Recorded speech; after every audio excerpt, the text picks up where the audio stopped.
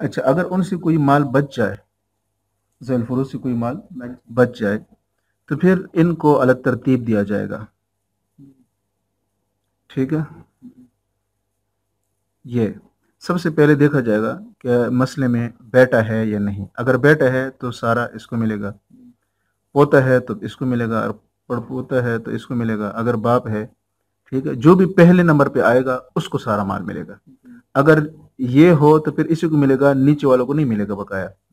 اگر یہ ہو تو پھر نیچے والے کو نہیں ملے گا. اگر یہ دونوں بلکہ تینوں نہ ہو تو پھر باپ کو ملے گا. اگر چاروں نہ ہو تو پھر دادا پر دادا کو. اگر یہ بھی نہ ہو تو پھر حقیقی بھائی کو. اس طریقے کے مطابق نا سٹیپ بائی سٹیپ چلتا رہے گا، ٹھیک ہے. البتہ یہاں پہ یہ ہے کہ اگر اس کے ساتھ بیٹی آ جائے، بیٹا بھی ہو اور بیٹی بھی ہو، تو یہاں پہ یہ لکھا ہوا ہے نا 2:1، یعنی للذکر مثل حظ الانثیین کے مطابق للذکر مثل حظ الانثیین 2:1، یعنی ہر مرد کو ہر عورت سے دوگنا ملے گا. یہاں ہر مرد کو عورت سے دوگنا ملے گا. اگر مرد نہ ہو تو عورت محروم ہوگی. یعنی اگر اس صورت میں یہ بیٹا نہ ہو تو پھر اکیلی بیٹی وارث نہیں ہوگی. اصل میں یہ اسبہ بنتا ہے، اس کے ضمن میں یہ اسبہ بنتا ہے، ٹھیک ہے. اچھا اسی طریقے کے مطابق یہ بھی ہے اور یہ بھی ہے. البتہ اس کے ساتھ ایک اضافی شرط یہ ہے کہ پڑوتا کے ساتھ پوتی کو بھی حصہ ملے گا. یعنی یہ والی شرط بھی ہے کہ للذکر مثل حظ الانثیین ملے گا. ان دونوں میں تقسیم کا طریقہ للذکر مثل حظ الانثیین، اور ہر مرد کو ہر عورت سے دوگنا حصہ ملے گا. اگر مرد نہ ہو تو عورت محروم ہوگی. یعنی یہ اوپر والی شرط ایزن میں آ کے یہ شرط ہے. اور ساتھ اس کے ساتھ اضافی بات جو ہے وہ یہ ہے کہ اس پڑوتا کے ساتھ پوتی کو بھی حصہ ملے گا. یہ پوتی جو ہے اوپر والی پوتی کو بھی حصہ ملے گا، بشرطے کہ ذوی الفروض میں سے حصہ نہ ملا ہو. بشرطے کہ ذوی الفروض میں سے حصہ نہ ملا ہو، ٹھیک ہے. اگر اس طرح کوئی صورت آ جائے تو پھر اس صورت میں پوتی کو ذوی الفروض میں بھی کوئی حصہ نہیں ملا تھا، شرائط نہ ہونے کی وجہ سے اس کو کوئی حصہ نہیں ملا تھا، محروم ہو گئی تھی. اور پھر جب ہم نے یہاں پہ دیکھا تو پڑوتا موجود ہے اور پوتی بھی موجود ہی. اب بقایا جو مال تھا وہ اس کو مل گیا، یہاں پر اس کو یہاں پہ مل گیا، اور پوتی بھی موجود ہے. تو لہٰذا اس صورت میں پھر یہ والی بھی اس کے ساتھ اسبہ بنے گی.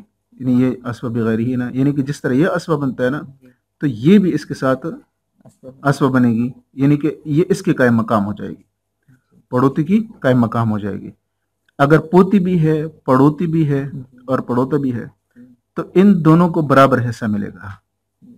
ایک پوتی ہے، ایک پڑوتا ہے، ایک پڑوتی ہے، تو ان دونوں کو برابر ملے گا. اور اس میں سے اگر اس کو ایک ملتا ہے، اس کو بھی ایک ملتا ہے، تو اس کو 2 ملے گا. ٹھیک ہے جی. تو یہ شرط ہے. اگر یہ اس طرح ہو جائے کہ یہ اوپر والا محروم ہو جائے وہاں پہ اور یہاں پہ اس کو حصہ مل جائے، اس کی وجہ سے حصہ مل جائے، اس کی وجہ سے نہیں، اس کی وجہ سے حصہ مل جائے، یہ والا قانون جاری ہو جائے، تو پھر اس مسئلے کو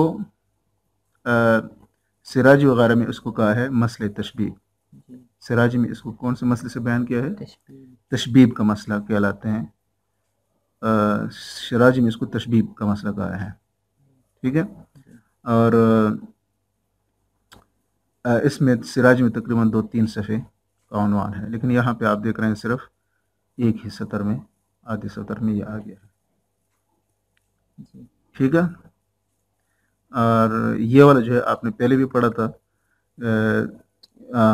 لغت والے طریقے کے مطابق بھی ہے.